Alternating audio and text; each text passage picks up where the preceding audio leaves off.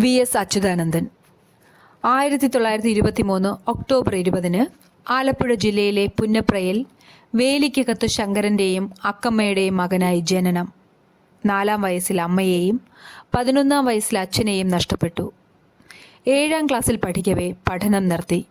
പിന്നീട് സഹോദരൻ്റെ തുന്നൽക്കടയിൽ സഹായിയായി ചേർന്നു. സഹോദരങ്ങളുടെ തണലിലായിരുന്നു ജീവിതം. 1939 സ്റ്റേറ്റ് കോൺഗ്രസിൽ അംഗമായ വി.എസ്. 1940 ആലപ്പുഴയിലെ ആസ്പിൻ വാൾ കമ്പനിയിൽ തൊഴിലാളിയായി. ആ വർഷം തന്നെ അവിഭക്ത കമ്മ്യൂണിസ്റ്റ് പാർട്ടിയിലും അംഗമായി. വി.എസിൻ്റെ പോരാട്ടവീര്യം തിരിച്ചറിഞ്ഞ കമ്മ്യൂണിസ്റ്റ് നേതാവ് പി. കൃഷ്ണപിള്ള കുട്ടനാട്ടിലെ കർഷക തൊഴിലാളികൾക്കിടയിൽ പ്രവർത്തിക്കാനായി നിയോഗിച്ചു. അവിടെ നിന്നാണ് വി.എസിൻ്റെ രാഷ്ട്രീയ വളർച്ച ആരംഭിക്കുന്നത്. പുന്നപ്ര വയലാർ സമരത്തിൻ്റെ മുന്നണി പോരാളിയായിരുന്ന വി.എസ്. സമരത്തെ തുടർന്ന് ജയിൽവാസം അനുഭവിക്കുകയും ക്രൂരമർദ്ദനം നേരിടുകയും ചെയ്തു.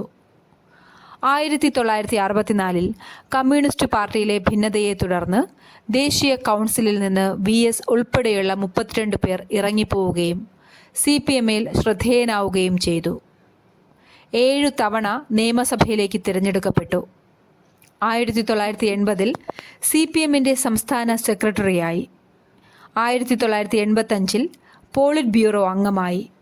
1968 മഹിളാ സംഘം പ്രവർത്തക കൂടിയായിരുന്ന വസുമതിയെ വിവാഹം കഴിച്ചു.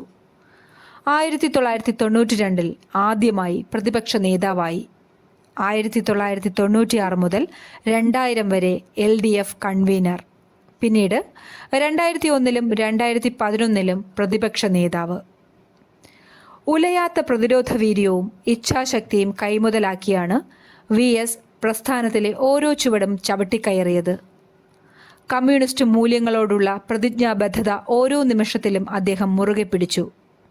2006 മുതൽ 2011 വരെ മുഖ്യമന്ത്രി സ്ഥാനം വഹിച്ചു. 102-ാം വയസ്സിൽ ആ വിപ്ലവ സൂര്യൻ നമ്മോട് വിട പറഞ്ഞു. വി.എസിൻ്റെ രചനകൾ അയ്യങ്കാളി മുതൽ പശ്ചിമഘട്ടം വരെ. സമരത്തിന് ഇടവേളകളില്ല, ഇടപെടലുകൾക്ക് അവസാനമില്ല. വി.എസിൻ്റെ ആത്മകഥ സമരം തന്നെ ജീവിതം.